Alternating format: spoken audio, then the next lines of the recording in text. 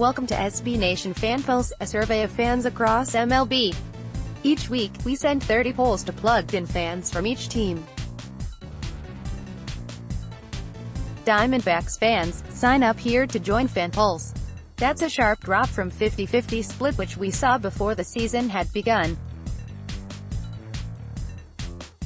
Setting several unwanted records with regard to allowing home runs, runs in general, and pitching appearances by a position player will tend to do that to you, even if followed up by the first series win of the season against the Padres. It was the kind of series which you'd probably laugh about if it took place in last August.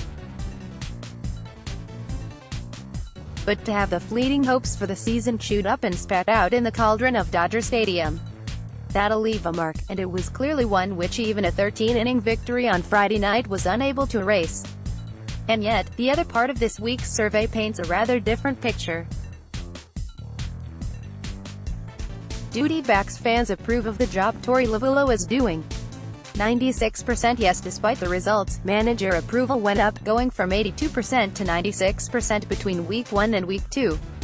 I imagine this is because it's hard to blame Lovullo for what happened in Los Angeles. This one was largely on the pitching staff, in particular the rotation, and there's not much control the manager has over that in the first week of the season. You are given 5 guys, and have to roll them out in rotation. Sure, you can yank them from a game, but as we saw, the quicker you do that, the more you stress the bullpen. And that's why we got John Ryan Murphy closing out the third game of the year. That's much more on the players' lack of performance than anything Lovullo could have done. Now, about the continued presence of 3 catchers on the roster.